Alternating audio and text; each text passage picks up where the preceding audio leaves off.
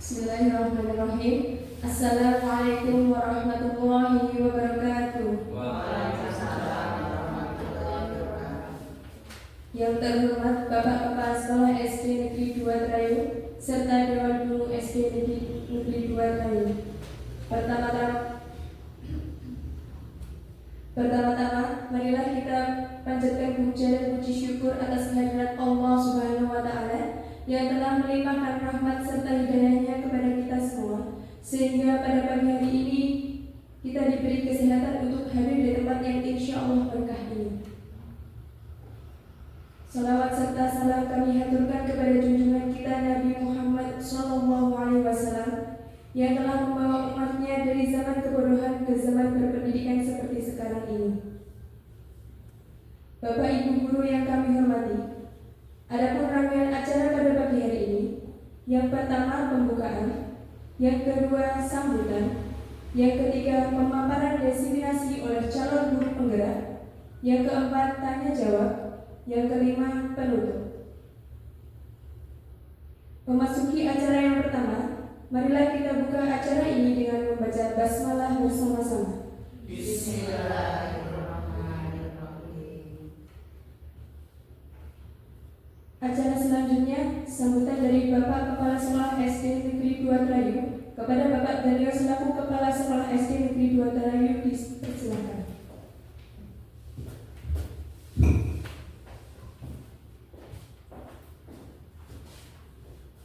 Bismillahirrahmanirrahim.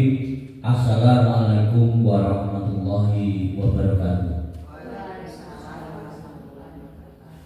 Ibu-ibu guru yang saya hormati, terutama Ibu Ani Agustina yang pada kesempatan ini ikut program calon guru penggerak angkatan 10 yang saya hormati. Marilah yang pertama-tama kita selalu memanjatkan puji syukur kepada Allah Subhanahu wa Ta'ala karena limpahan rahmatnya kita semua bisa menghadiri acara disimilasi budaya positif yang diselenggarakan oleh calon guru penggerak Ibu Ani Agustina pada siang hari ini dalam keadaan sehat walafiat.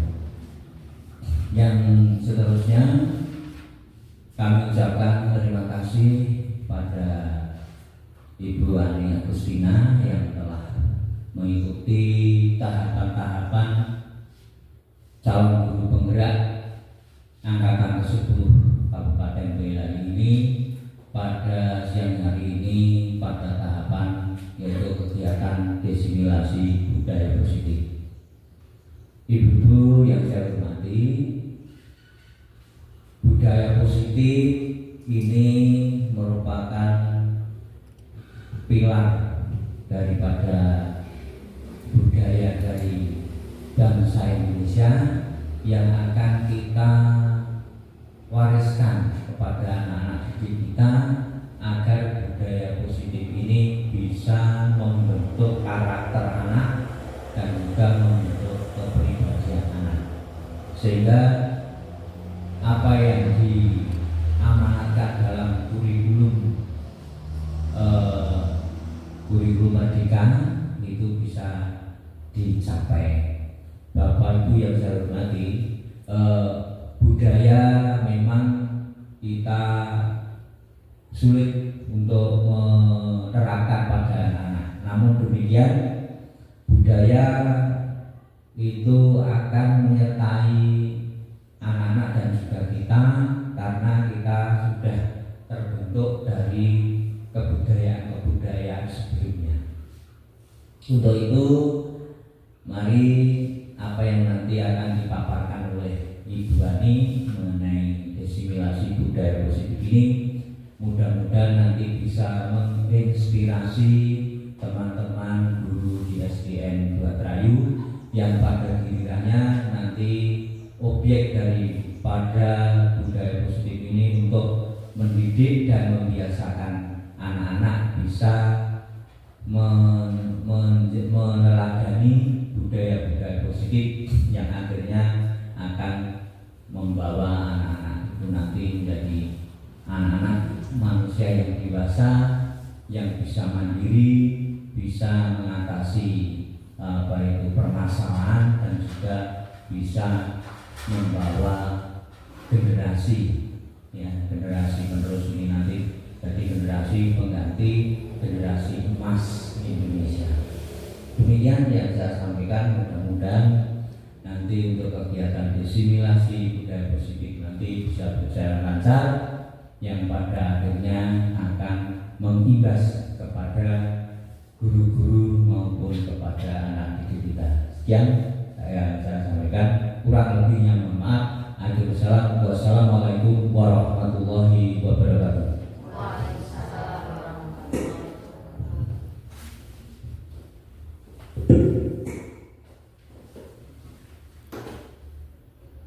Terima kasih kepada Bapak Daryo selaku Kepala Sekolah telah memberikan sambutan.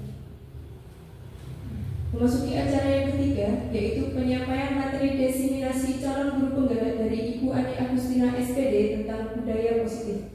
Marilah Bapak Ibu Guru kita mendengarkan sedikit pemaparan materi tentang budaya positif oleh Ibu Ani Agustina. Kepada Ibu Ani Agustina dipersilakan.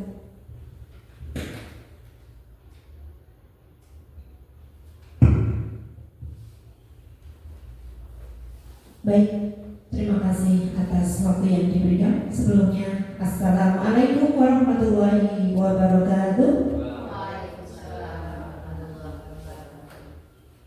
Alhamdulillahirrahmanirrahim. Puji syukur kehadirat Allah Subhanahu wa Ta'ala yang telah memberikan kesehatan kepada kita, sehingga pada kesempatan kali ini kita bisa berkumpul di acara diseminasi budaya positif, ya, sebagai salah satu tugas saya sebagai calon guru penggerak di angkatan yang ke-10 Kabupaten Boyolali.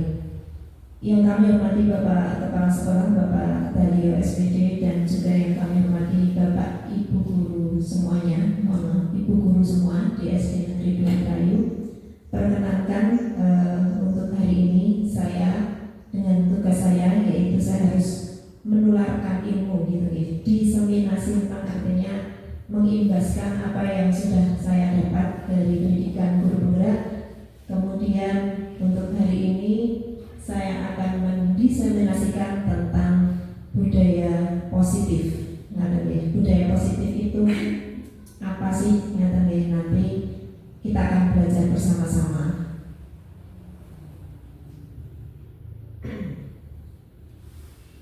Baik, di sini saya akan menyebarkan pemahaman dan pengalaman atau diseminasi tentang budaya positif. Slide selanjutnya, ya Mbak. Ya, sebelum materi kita mulai, saya mohon kehadiran seutuhnya Bapak Ibu Guru semuanya.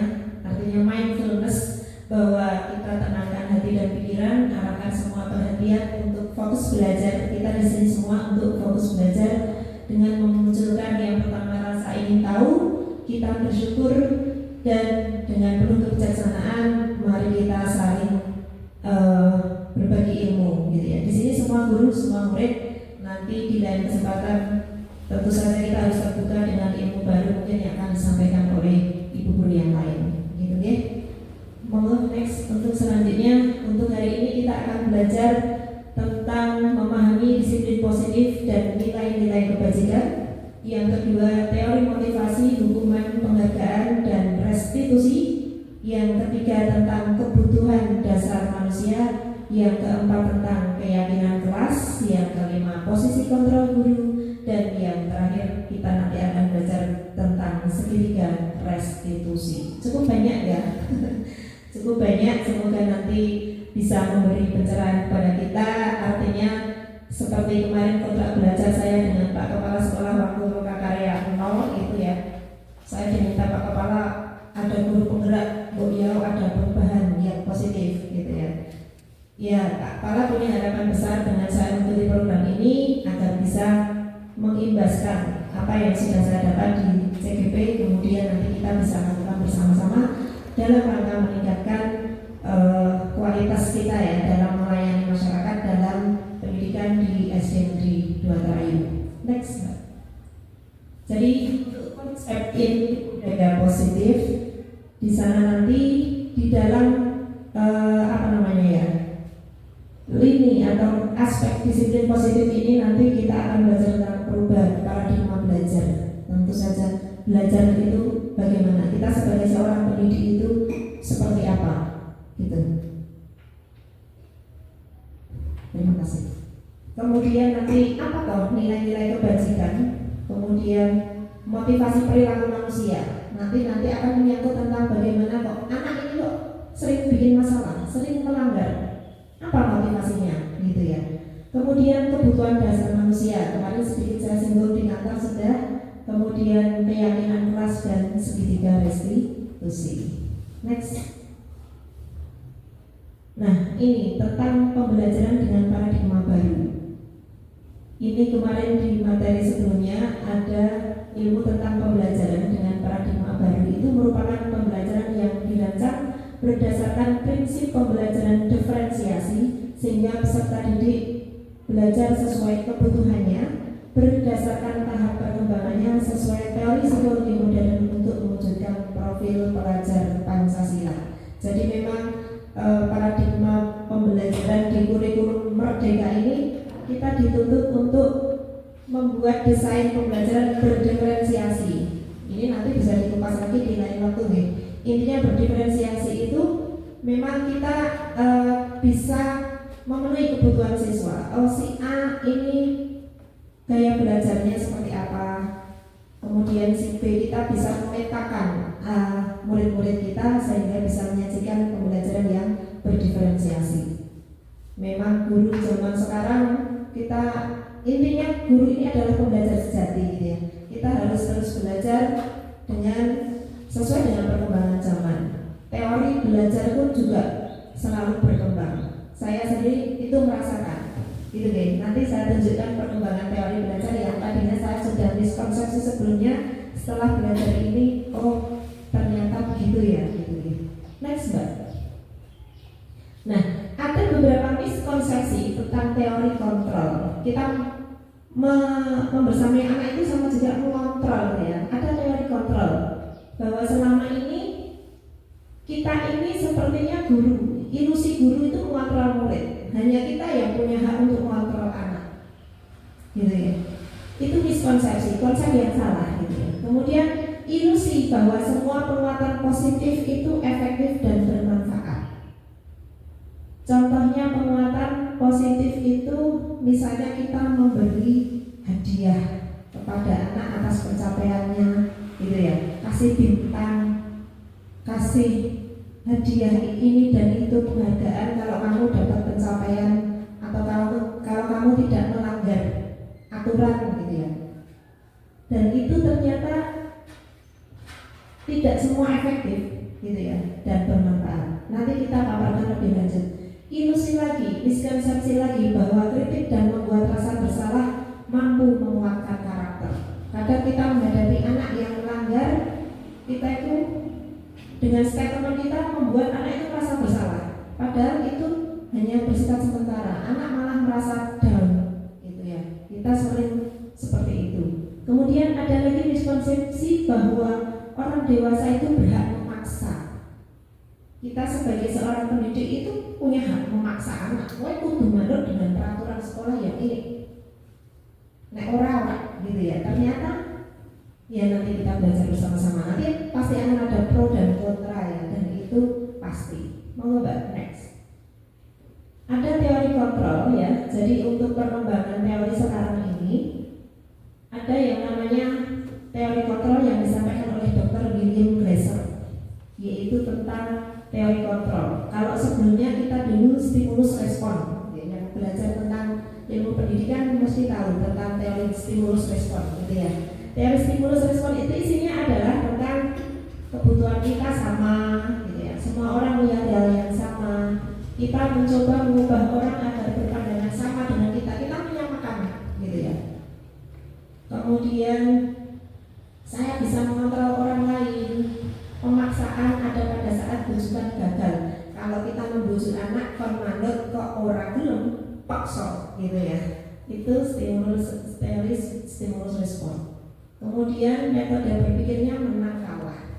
Kamu yang kalah, anak kalah kudu manut gurune, gitu ya. Tetapi kemudian teori itu berkembang. Sekarang ada teori kontrol yang disampaikan oleh Dr. William Glasser. Ini memang di kurikulum yang baru ini, bahwa kebutuhan kita itu berbeda. Kebutuhan setiap anak berbeda, antara anak dengan orang dewasa itu berbeda. Kemudian yang kedua, setiap orang memiliki gambaran berbeda. Kita berusaha memahami pandangan orang lain tentang dunia. Semua perilaku memiliki tujuan. Anak berperilaku agak aneh, dia pasti punya tujuan, gitu ya. Kemudian hanya ada yang bisa mengontrol, hanya Anda yang bisa mengontrol diri Anda. Artinya walaupun anak, mereka memang belum bisa mengontrol diri mereka, tapi kita harus bisa mengarahkan bagaimana biar anak itu bisa mengontrol emosinya, bisa. Memang pikiran anak dengan orang dewasa beda ya. Makanya di teori kontrol ini kita harus memahami itu. Kemudian Anda tidak bisa mengontrol orang lain. Kemudian kolaborasi dan konsensus menciptakan pilihan-pilihan baru dan model berpikir menang-menang. Artinya kita beri kesempatan kepada anak untuk merefleksi, kamu menang, saya menang. Intinya sama, gitu ya, tidak ada menang kalah. Next one, disiplin positif. Ya, ini tentang disiplin positif. Apa itu disiplin positif? Merupakan salah satu cara penerapan disiplin yang bertujuan untuk menumbuhkan kesadaran serta memberdayakan peserta didik tanpa imbalan, penghargaan atau reward, ancaman atau hukuman. Jadi ketika anak bersikap itu bukan karena dia pengen dapat hadiah, gitu ya. Bersikap baik bukan karena pengen dapat hadiah. Nanti kalau nggak dikasih hadiah, dia nggak bersikap baik lagi, nggak rajin mengerjakan tugas lagi, gitu. Jadi di sini disiplin positif itu artinya dia menumbuhkan betul sebagai karakter anak biar dia bisa memiliki karakter yang baik. Kemudian termasuk pengerjaan tugas juga dari kesadaran intrinsik dari dalam, bukan karena takut dihukum, bukan karena biar dapat penghargaan, gitu. Kalau dulu saya juga seperti itu, reward and punishment, gitu ya. Reward and punishment, yang bagus, yang manut, yang rajin kasih reward, yang melakukan kesalahan hukum, ada konsekuensi. Tapi itu ternyata setelah diteliti sifatnya sementara. Anak mematuhi hukum hanya karena mematuhi aturan hanya biar tidak dihukum gurunya. Itu motivasi berbeda. Anak mempeng mengerjakan tugas hanya karena pengen dapat banyak bintang. Nah nanti kalau nggak dikasih bintang atau nggak dikasih hadiah, hilang. Jadi motivasinya itu sifatnya sementara, gitu ya. Nah, sebagai pendidik, tujuan kita adalah menciptakan peserta didik yang memiliki disiplin diri sehingga mereka berperilaku mengacu pada nilai-nilai kebajikan universal dan memiliki motivasi intrinsik. Ini yang saya sampaikan tadi, dalam perubahan perilaku ke arah yang lebih baik. Jadi memang lumayan berat ini. Nanti kalau dipraktekkan bagaimana kita seorang pendidik bisa menumbuhkan motivasi intrinsik, motivasi dari dalam diri peserta didik. Next slide. Nah, tadi disampaikan nilai-nilai kebajikan. Ini memang agak baru. Saya juga kok nilai-nilai kebajikan. Kebajikan itu ya kebaikan, ya. Jadi memang dalam pembentukan budaya positif itu dari sini kita akan menyepakati bersama, gitu ya. Terlepas dari suku, bangsa, agama, bahasa maupun latar belakangnya si anak. Contoh nilai-nilai kebajikan, nah ini nanti bahasanya yang akan dipakai dalam keyakinan kelas. Nilai-nilai kebajikan itu nilai-nilai kebaikan, gitu. Memang bahasanya kebajikan. Ada toleransi, rasa hormat, antusias, kreativitas, kerjasama, komitmen, nanti ada tanggung jawab, banyak sekali. Ini hanya beberapa yang saya sampaikan ya. Tidak merendahkan orang lain, menghargai, termasuk tepat waktu, seperti itu. Itu nilai-nilai kebajikan atau nilai-nilai kebaikan yang akan kita bangun dalam melaksanakan budaya positif di sekolah. Next, Mbak. Nah, bagaimana untuk menuju budaya positif ini biar bisa terlaksana? Kita pun juga harus memahami tentang kebutuhan dasar manusia. Ini ilmunya kompleks, mohon maaf. Di modul yang 1.4 itu saya sendiri kemarin lumayan mempelajarinya itu rono-rono gitu ya. Banyak ilmu yang harus dipelajari untuk menuju budaya positif. Kita harus menyadari bahwa manusia atau murid peserta didik kita memiliki kebutuhan dasar yang terkadang belum terpenuhi. Makanya kadang anak melakukan pelanggaran gitu ya, atau bertindak aneh yang troublemaker dan sebagainya. Seperti yang sudah saya sampaikan kemarin, ada 5 kebutuhan manusia, kebutuhan dasar. Yang pertama adalah kebutuhan untuk bertahan hidup atau survival, yang di tengah ya, bertahan hidup. Kemudian yang kedua, cinta dan kasih sayang. Yang ketiga, kebebasan. Yang keempat, kesenangan atau fun. Yang kelima, kekuasaan atau power. Gitu ya. Next, Mbak.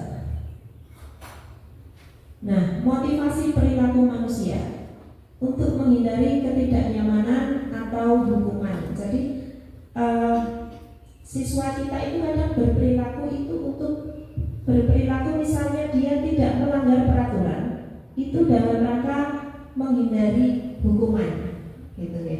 Misalnya di sekolah kita ada peraturan, anak terlambat, hukumannya apa Pak? Biasanya misalnya membersihkan toilet, anak berusaha agar tidak terlambat karena menghindari hukuman membersihkan toilet, gitu. Itu motivasinya dia, gitu. Yang kedua, untuk mendapatkan imbalan atau penghargaan dari orang lain, bentilan gurune misalnya gitu ya, biar dapat apresiasi. Itu salah satu motivasi. Berarti motivasi pengen dihargai, gitu ya. Ada tadi yang di 5 kebutuhan dasar manusia. Untuk selanjutnya, untuk menjadi orang yang mereka inginkan dan menghargai diri sendiri dengan nilai-nilai yang mereka percaya. Nah, ini motivasi yang paling baik. Itu yang ketiga. Ini motivasi dari dalam diri agar dia itu ingin menghargai dirinya sendiri. Oh iya, saya harus datang sekolah tepat waktu karena saya ini memang orang yang bertanggung jawab. Bukan karena takut dihukum, bukan karena ingin mendapat penghargaan. Nah, ini motivasi yang ketiga. Ini motivasi yang paling awet gitu ya, paling mendasar untuk mendasari biar manusia itu bisa berbuat baik, tidak melakukan kesalahan. Ini motivasi paling awet. Baik, di sini nanti kita akan bedakan ada 3 poin antara hukuman, konsekuensi, dan restitusi dalam menghadapi permasalahan di sekolah. Biasanya ketika kita mendapatkan masalah dengan anak, kita biasanya ada hukuman. Kita sebagai guru langsung hukum. Hukuman itu sifatnya bagaimana? Tidak terencana atau tiba-tiba, pokoknya sakape gurune gitu ya. Kemudian murid tidak tahu apa yang terjadi atau tidak dilibatkan dalam membuat hukuman itu tadi. Hanya sepihak gitu ya yang membuat. Kemudian bersifat satu arah.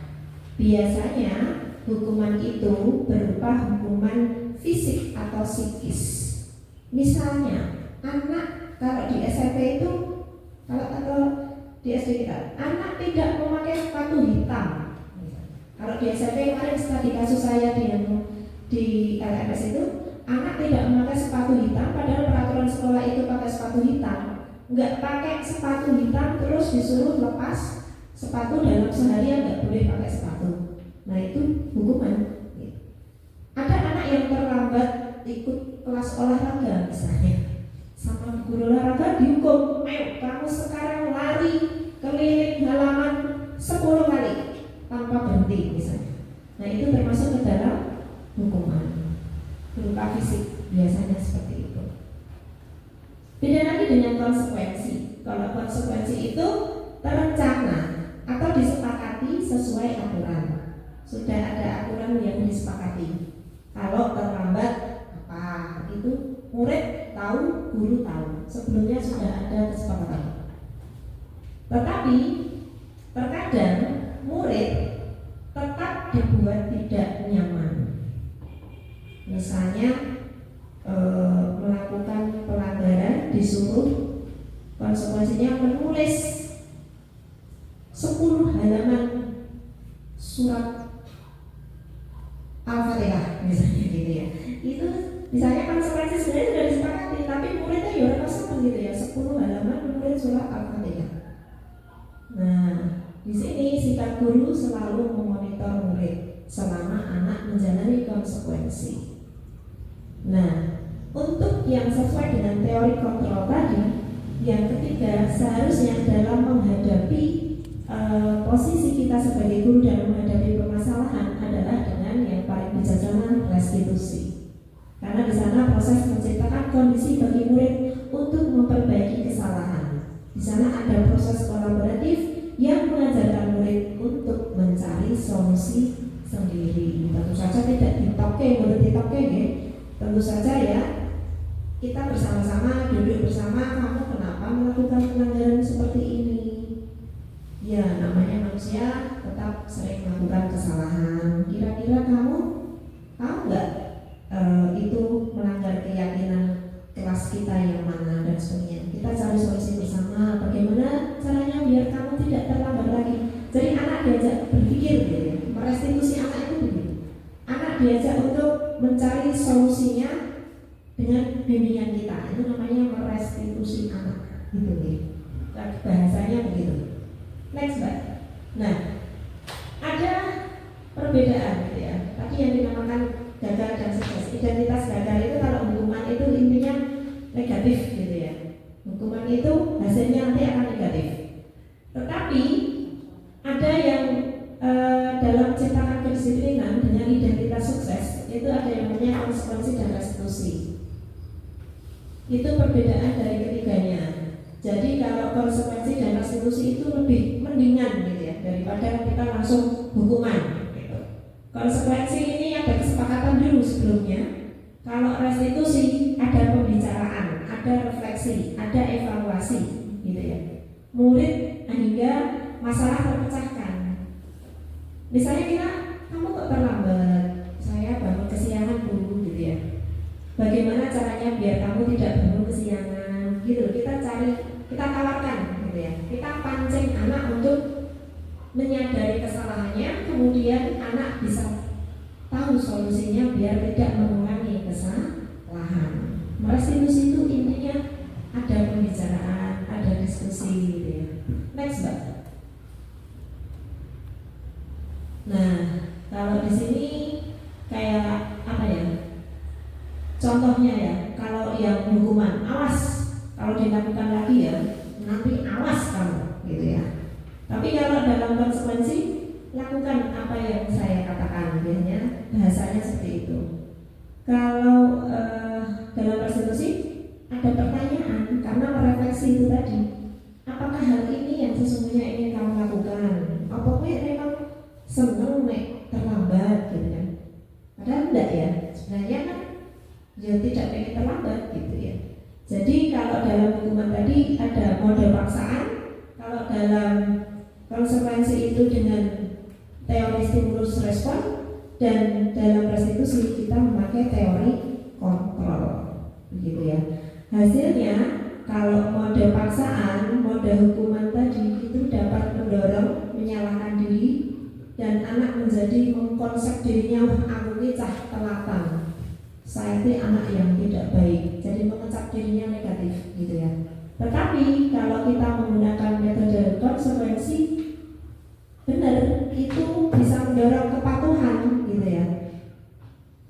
Dan konsep diri baik, ini ada positifnya, lebih baik daripada hukuman.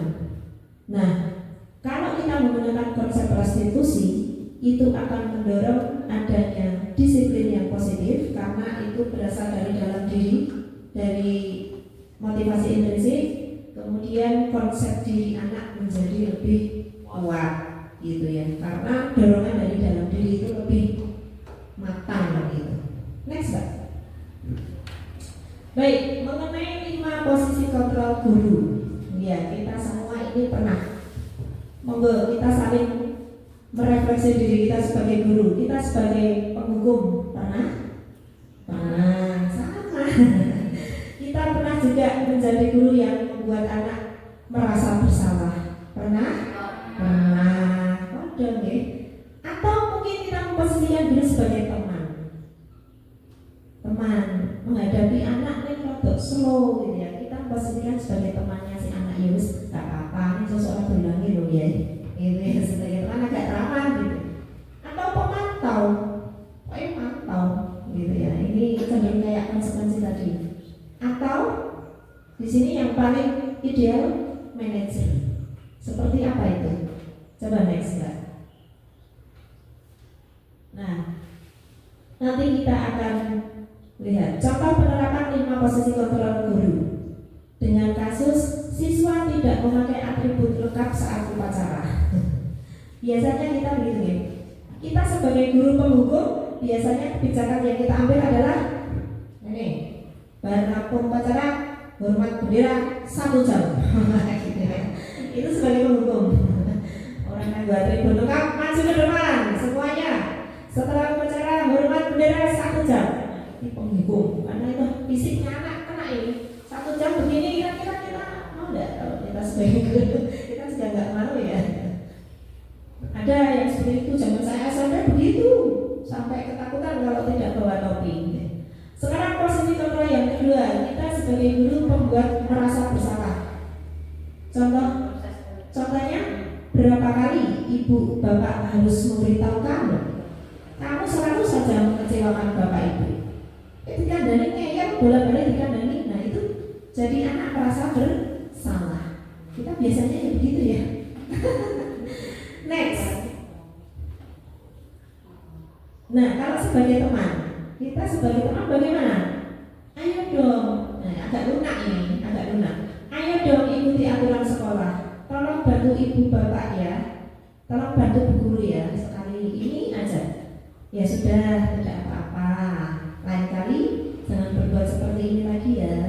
Pakai atribut lengkap nih. Nah itu pernah memposisikan sebagai teman. Kalau sebagai pemantau, kamu sudah melanggar peraturan sekolah. Kamu tahu konsekuensinya. Setelah upacara kamu beli atribut ya. Jangan ulangi lagi. Nah itu kita sebagai pemantau biasanya begitu.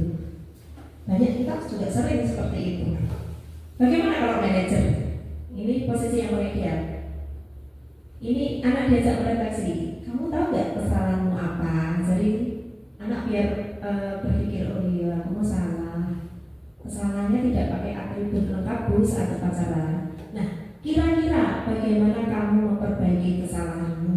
Jadi dengan pertanyaan, merefleksi. Iya nek, sesok nek upacara ben lengkap atributnya, kira-kira bagaimana usahamu? Gitu. Anak ditanya biar dia mencetuskan sendiri idenya gitu ya, biar bisa lebih disiplin lagi. Oh saya harus menyiapkan sejak malam dulu untuk besok upacara, berarti saya harus lengkap disiapkan dari malam. Nanti anak akan keluar. Ini dengan catatan anak ya saja mikir. Nah nanti akan ada lagi ilmu yang lebih tinggi lagi. Nah durasi itu sih bolak-balik kok bisa melanggar. Nah, ada lagi, saya pernah itu. Saya pernah mengkaji itu menghadapi anak troublemaker yang bolak-balik dikandani raknek gitu ya. Memang untuk manajerial ini, merestitusi ini kita perlu stok kesabaran gitu ya, stok kesabaran dan pandai-pandai mengulik biar anak itu mau dengan kesadarannya mengeluarkan idenya untuk lebih positif gitu. Next, Mbak. Nah, sekarang mengenai keyakinan kelas. Mengapa tidak peraturan kelas? Kalau dulu peraturan nih, sekarang namanya sebutannya di kurikulum merdeka ini keyakinan kelas. Apa itu Mbak? Next Mbak. Nah, pembentukan keyakinan kelas ini memang bahasanya bersifat abstrak, prakati cetha. Abstrak itu hanya kata-kata pendek berupa pernyataan universal dibuat dalam pernyataan positif, sedikit saja agar mudah diingat. Jadi bahasanya tidak usah terlalu panjang membuat keyakinan kelas, sesuai kondisi kelas dan sekolah sehingga mudah diterapkan. Semua warga sekolah dilibatkan saat membuat keyakinan kelas. Kalau di sini keyakinan kelas berarti kita melibatkan murid dalam membuat keyakinan kelas, dimusyawarahkan dengan cara kita ngajak sini piye Bu sing ngajak musyawarah gitu.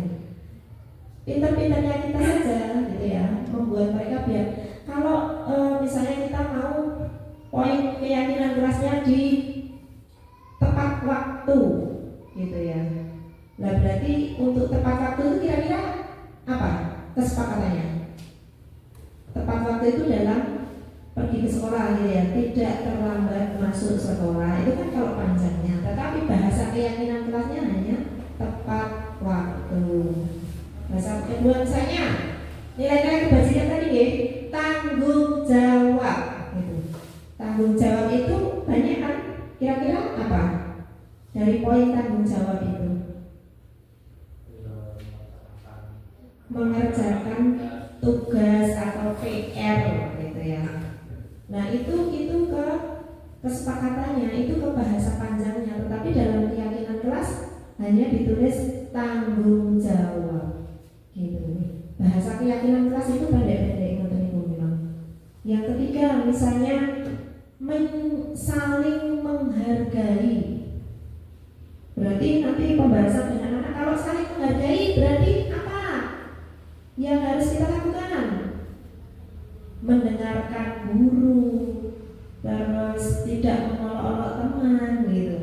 Nah itu di sana pembahasan keyakinan kelas itu kita munculkan dari mereka, dari anak dilibatkan hingga menjadi sebuah keyakinan. Memang keyakinan itu kayak lebih deep gitu ya, dalam gitu, membekas gitu. Makanya dibahasakan keyakinan.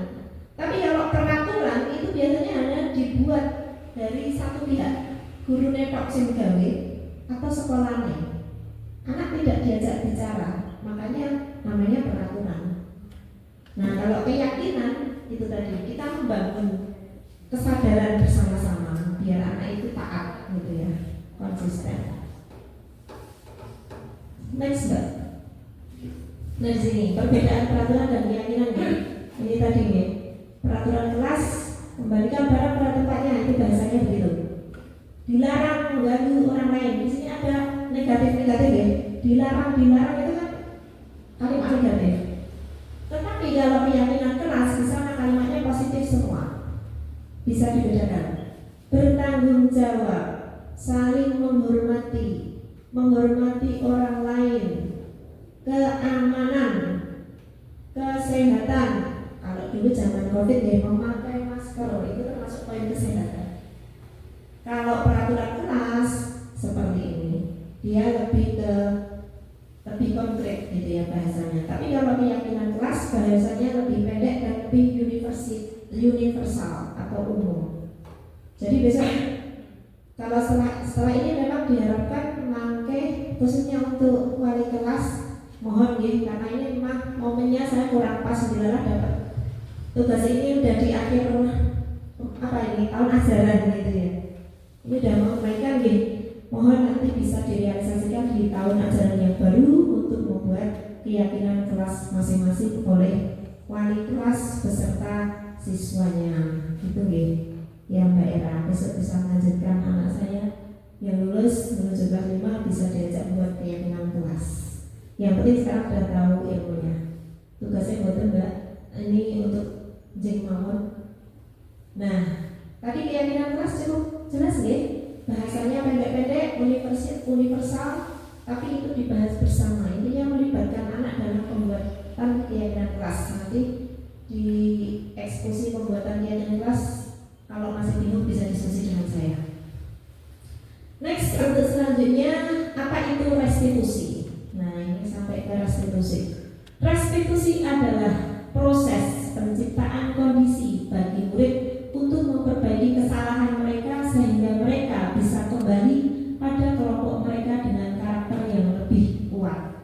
kembali pada kelompok mereka itu artinya di sini kembali kepada teman-teman yang taat aturan gitu loh. Kalau anak melakukan kesalahan itu kan seolah-olah dia disendirikan gitu ya.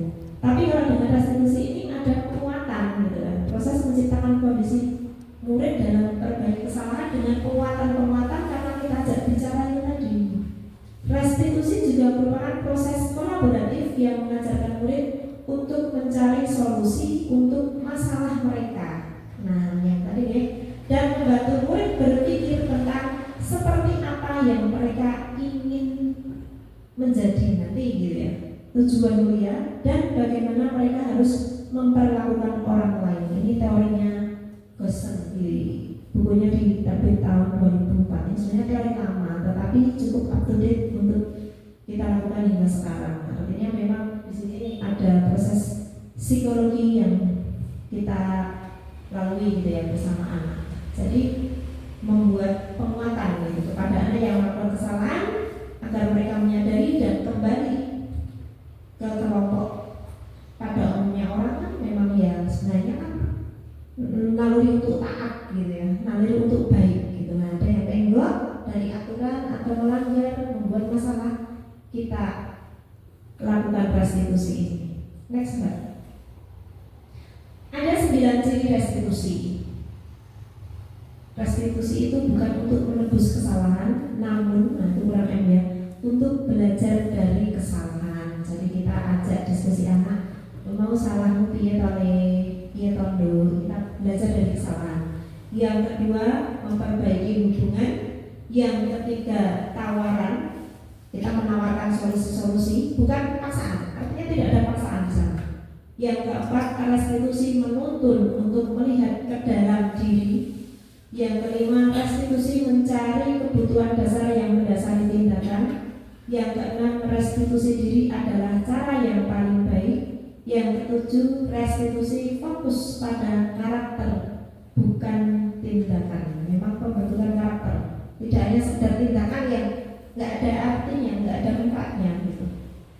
Yang kedelapan, restitusi fokus pada solusi, kita cari solusi. Yang kesembilan, restitusi itu mengembalikan murid yang berbuat salah kembali pada kelompoknya, artinya kelompok yang tidak berbuat salah itu tadi yang sudah saya sampaikan sebelumnya. Jadi memang lumayan ini.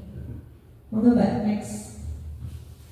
Nah, restitusi itu ada tahapannya yang disebut segitiga restitusi. Tahapan yang pertama itu menstabilkan identitas. Di bawah ini ya, menstabilkan identitas. Bagaimana biasanya perkataan kita kalau mau merestitusi anak? Menstabilkan identitas dulu, gitu ya. Setiap orang pasti pernah melakukan kesalahan, termasuk juga bu guru juga pernah melakukan kesalahan. Bu guru juga orang biasa, gitu. Itu namanya menstabilkan identitas. Kamu tuh bukan satu-satunya yang pernah melakukan kesalahan ini. Oke, cah, pelan-pelan, gitu ya. Itu biar anak itu jangan merasa down. Kita tidak boleh membuat anak itu down gitu loh. Paling merasa, jadi biar afirmasinya positif terus. Yang kedua, ini ya, langkah yang kedua validasi tindakan yang salah.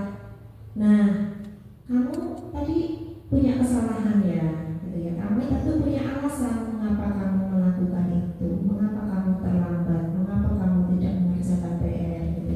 Alasannya apa? Itu namanya validasi tindakan yang salah. Boleh seperti ini ungkapan-ungkapannya dalam restitusi. Adakah cara yang lebih efektif untuk mendapatkan apa yang kamu butuhkan? Coba. Kemudian yang ketiga, menanyakan keyakinan. Kamu tadi tidak mengerjakan PR ya.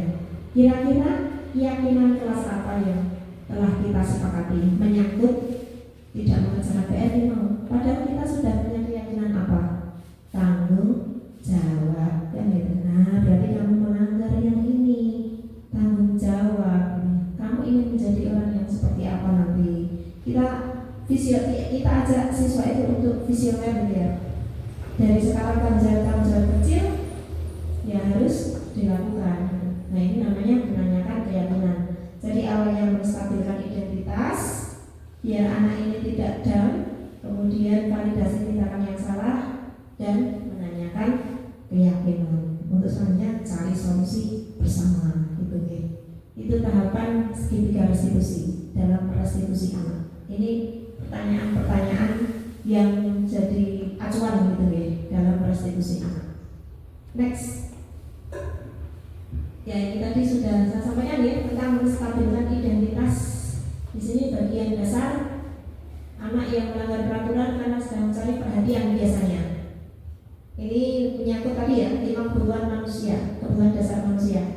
Nah, ini kita perlu sadari gitu loh. Yang pertama, ada ini sadar ini anak pasti ada yang salah. Ada kebutuhan dasar yang belum terpenuhi. Anak yang sedang mengalami kegagalan, sehingga dia mencoba untuk memenuhi kebutuhan dasarnya, namun ada benturan. Kalau kita mengkritik dia, maka kita akan tetap membuatnya dalam posisi gagal, posisi down. Kalau kita ingin ia menjadi reflektif, maka kita harus meyakini si anak dengan cara mengatakan kalimat-kalimat yang tadi itu ya. Next, Mbak.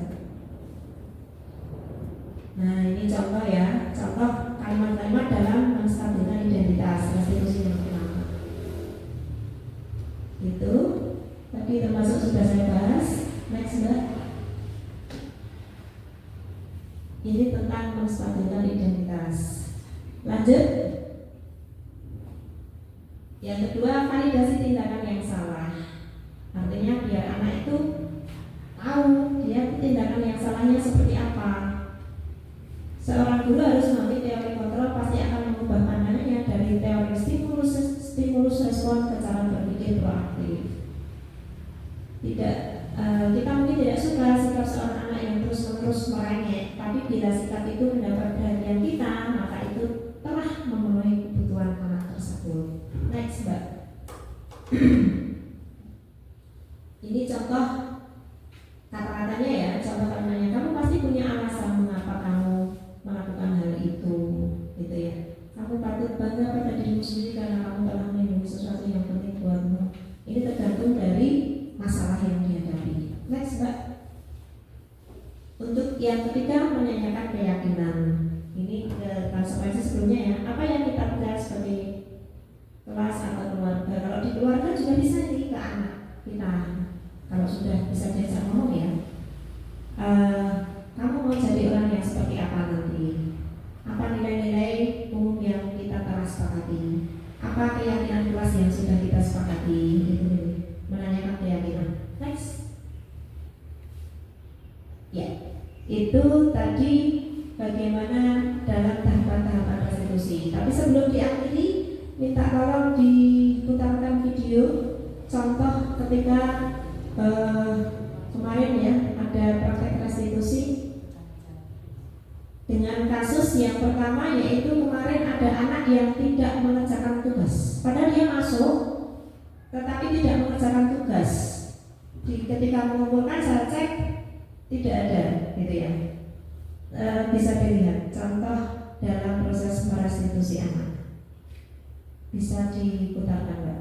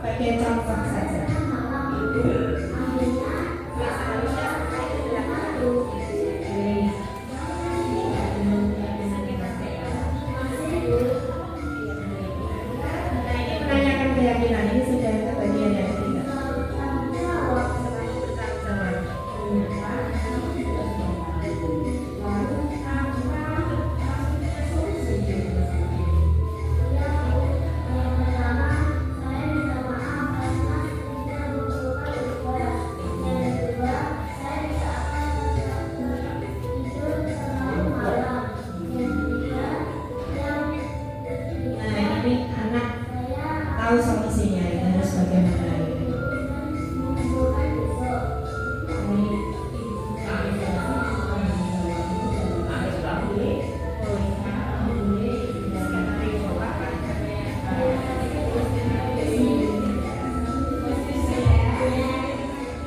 Baik, terima kasih. Itu tadi kasus ya, satu kasus saya merestitusi anak yang ini saya sadar. Itu testimoninya. Artinya dia tidak merasa rendah hati gitu ya. Dia senang tidak dimarahi guru walaupun tidak mengerjakan tugas, tapi diajak diskusi. Akhirnya dia menemukan solusi bahwa yang pertama dia tidak akan scroll TikTok malam gitu. Dan sekarang kan gitu ya, anak-anak main game sampai malam akhirnya besok pulang ngantuk gak mencari tugas. Nah itu tadi rasanya seperti itu.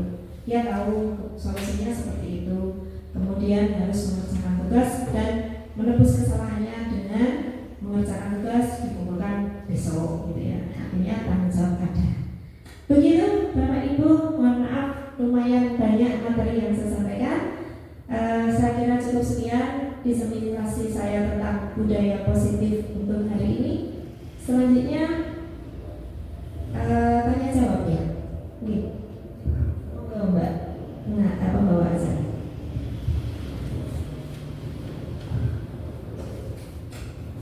Baik, terima kasih kepada Ibu Ami Agustina yang telah menyampaikan ilmu yang sangat bermanfaat ini.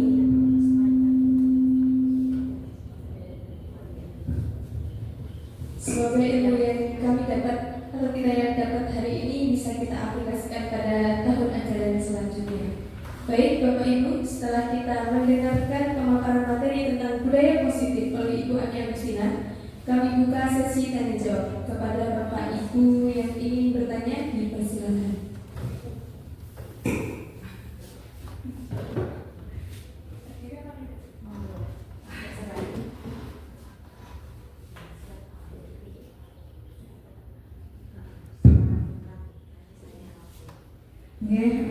Mohon izin bertanya Ibu. Tadi kan sudah dipaparkan ada 3 cara dalam menangani pelanggaran siswa. Di antaranya ada hukuman, konsekuensi sama restitusi. Yang ingin kami tanyakan, di antara 3 cara tersebut mana yang paling efektif dalam hal ini yang ingin kami tekankan dalam menangani pelanggaran siswa pada kenakalan terhadap teman sebayanya. Terima kasih.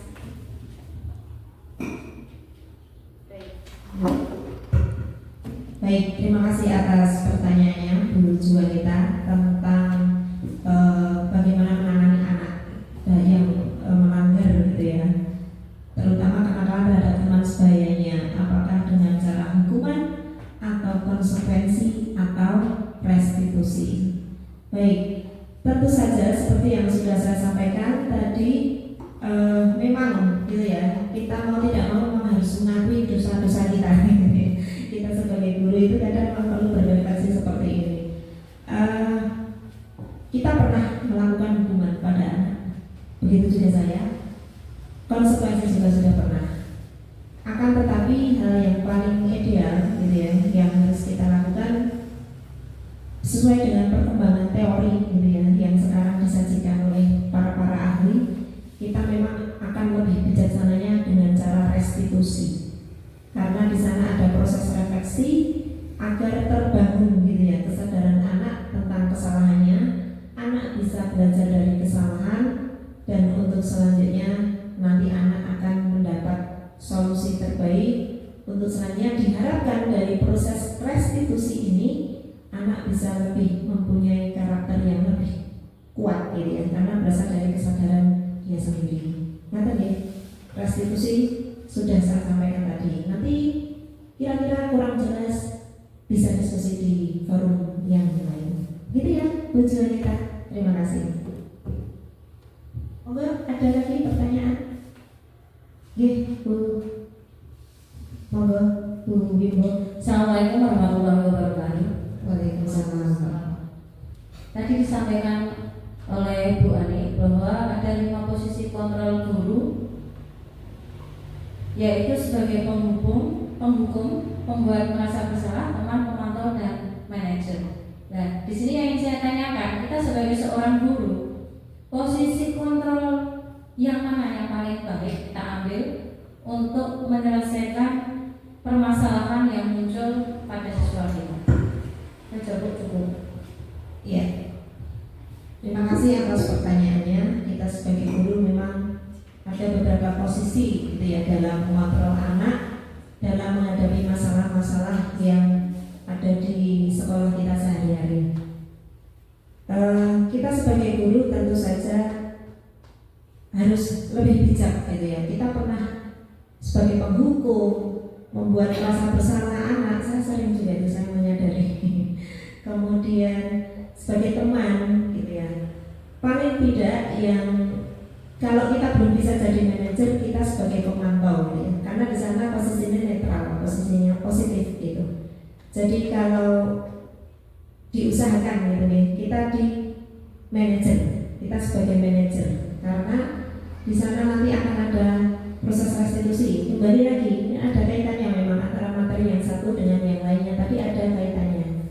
Jadi posisi yang paling ideal kita ambil posisi sebagai manajer. Sekiranya itu susah terlaksana, minimal gitu ya, pemantau juga masih mempunyai efek yang tidak begitu negatif gitu ya. Tapi sebisa mungkin kita berusaha untuk memposisikan diri sebagai manajer begitu. Oke, Bu, terima kasih atas pertanyaannya. Ada tambahan dari Pak Kepala? Monggo.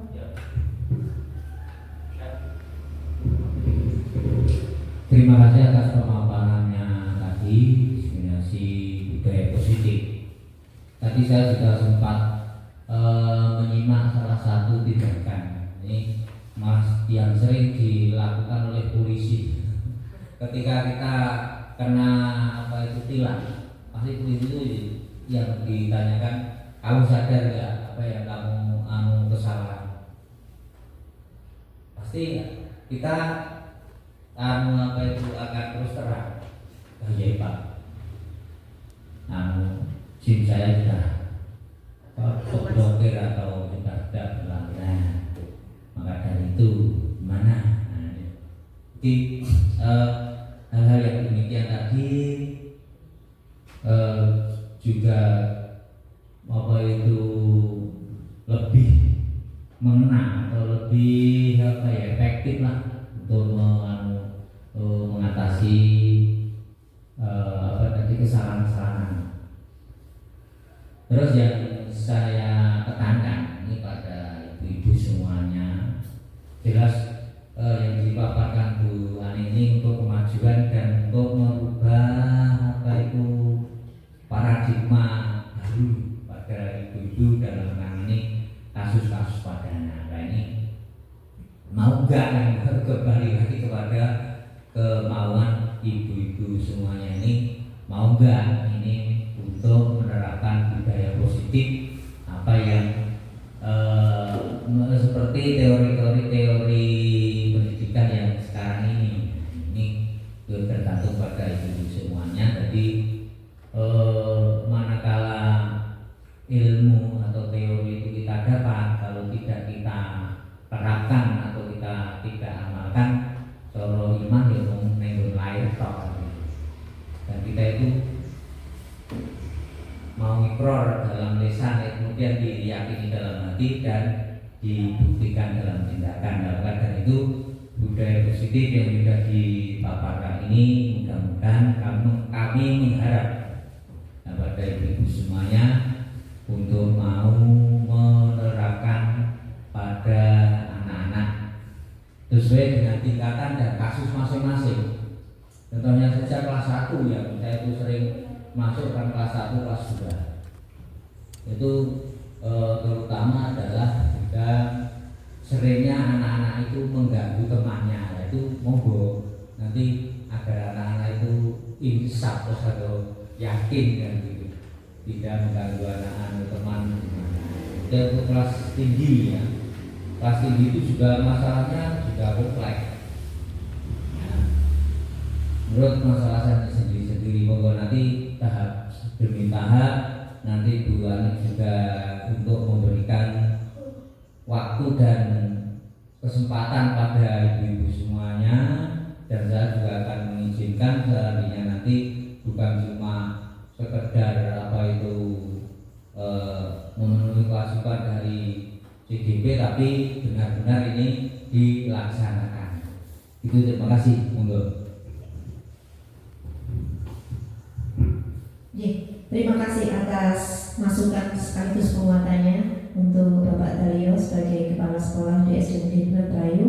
Memang betul seperti yang beliau sampaikan, tentu saja setelah adanya diseminasi ini diharapkan, karena saya lumayan kemarin dapat beban dari beliau awal harus ada perubahan gitu ya, ada guru penggerak di sekolah kita, tentu saja harus ada perubahan yang lebih baik yang bisa dirasakan.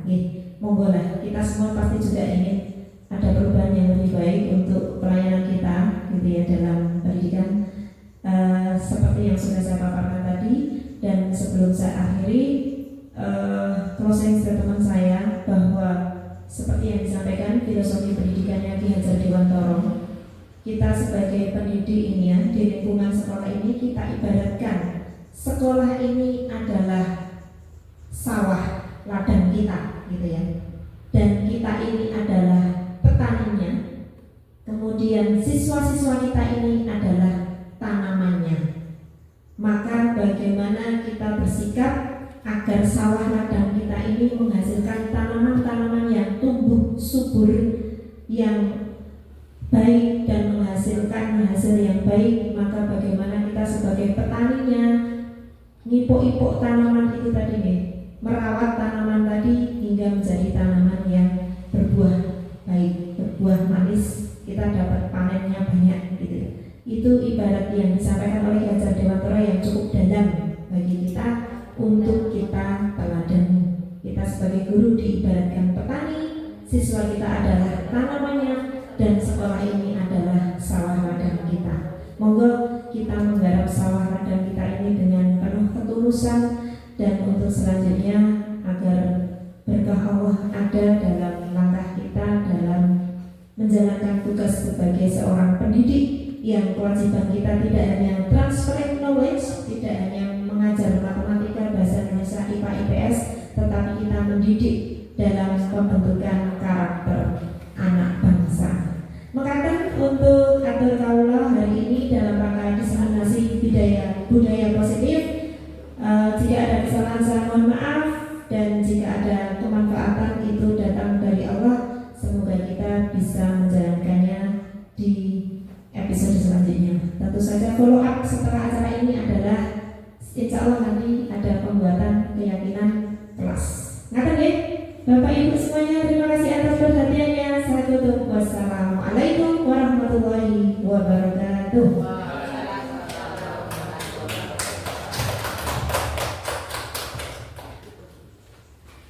Baik, terima kasih Bapak Ibu yang telah memberikan pertanyaan serta Ibu adik yang telah menanggapi beberapa pertanyaan dari Bapak Ibu. Demikian acara demi acara sudah terlaksanakan. Marilah kita